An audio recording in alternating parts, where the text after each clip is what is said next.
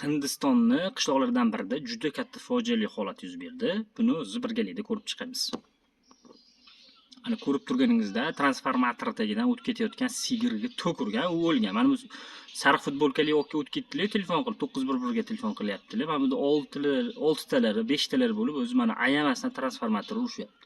Qaytib endi transformator umuman sigir o'tayotganda umuman tok o'tkazmaydi, ishlamay turadi. Juda ham fojiali. Bu yerda hozir men 3 ta voqeani tafsirlab beraman. Birinchisi sigir o'lgani bo'pti, juda jalqa bo'pti. Ikkinchisi transformator urishyapti. Transformator qanday tushunsa edi, joni bo'lsa edi, og'risa edi, u bilmaydi-yu.